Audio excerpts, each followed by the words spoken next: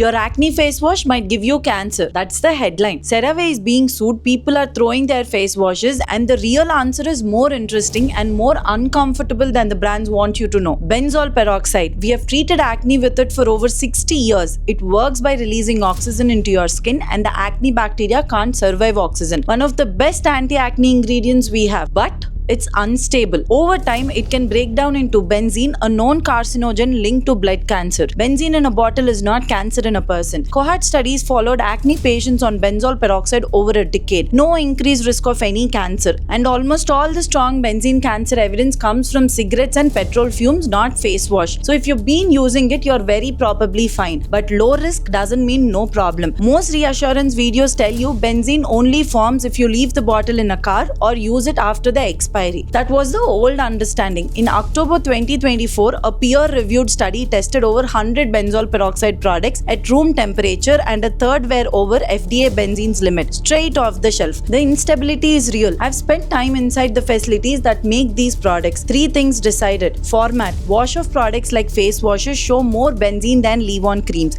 The foaming acne face wash, the exact CeraVe format being sued, is the riskiest one. 2. Manufacturing. A hot process makes more benzene than a cold one. The antioxidants and the emulsifiers a brand picks can drive benzene formation or protect against it. 3. The journey. How long it sat in a warehouse. How close it is to expiry. An imported product can spend months in transit through temperatures no one is monitoring. So when I prescribe benzol peroxide, I don't just read the formulation. I track the supply chain. How fresh it is, how it's handled, how fast it moves off the shelf. The brand quietly sold you an instability problem they understood for years. The internet turned it into a cancer scare, and nobody told you the part that matters. I work for patients, not for brands.